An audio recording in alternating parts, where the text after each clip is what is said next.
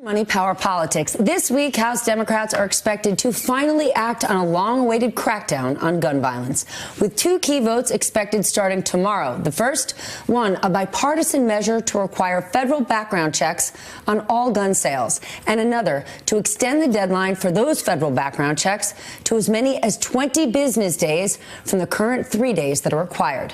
Here's the problem.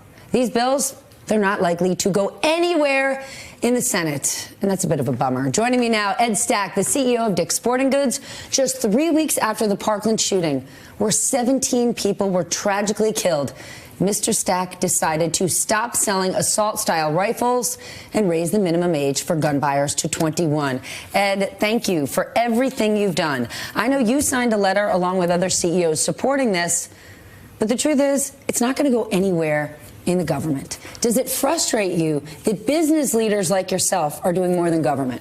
Well, it does frustrate me that things aren't moving along at a faster pace, and you would think that universal background checks is something that everybody can get behind. To be able to buy a gun without a background check just seems ridiculous to us, and I hope if it doesn't go somewhere right now, I hope it eventually will. You speak to politicians, most CEOs do. What do they tell you? Well, on both sides of the aisle, we've talked to people on both sides of the aisle, and what I talked about roughly a year ago is that they don't seem to come together with the intent to solve the problem. Both sides of the aisle just talk to their base and don't have a real plan to come with a solution that can actually solve this problem, and it's solvable. But why is that? Why can't they come to terms? For you, in theory, we hear over and over, listen, a CEO just has to focus on the bottom line. Yeah. You made a move that was not focused on your bottom line. You know, to say it was obvious for Dick's Sporting Goods to do this, it wasn't obvious. There was a very good chance you could lose business, you could lose loyal customers. And we did, and we knew that that was going to happen. When we did this, we knew that there would be a backlash to this, but with what happened in Parkland, which was a series of events that got us to the point where we finally said we need to stand up and take a stand. And roughly 2 months before he made those, went into Parkland, we sold that kid a shotgun. And we did everything by the book, and we're still able to sell him a gun. We're one of the largest firearms dealers in the country, and when we realized that there was a real problem, we felt that we had to stand up and say something, and we did. And it's frustrating that Washington isn't stepping up to do their job. Was it frustrating to lose business? You've seen a decline in sales. That's not new news. I want to ask you, though, about all of those activism groups who stood up and said, thank you, Dick's Sporting Goods, for do this. Or those same groups, before you took action, who said, we might look to boycott you. When you then did the right thing, did they clearly reward you with business in the way that they clearly looked to boycott you? Well, there were both sides of that spectrum, and we had a number of people who came and shopped with us because of what we did. We had so many. Our response was probably 90% positive and 10% negative.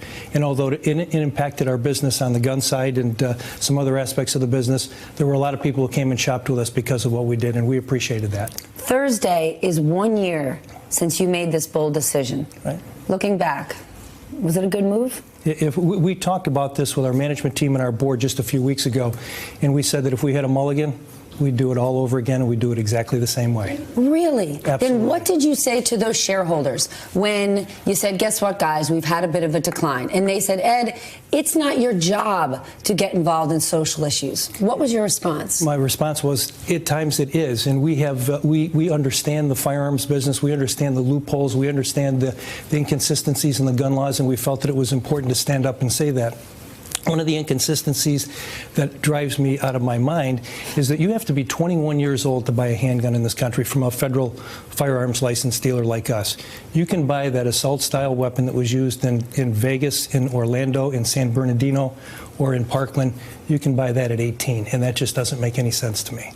Do you run the risk now, Ed, that there's pressure on you to weigh in on all sorts of social issues? I'm guessing, given your business, you're not looking for a new challenge, but have you opened yourself up that you kind of have to?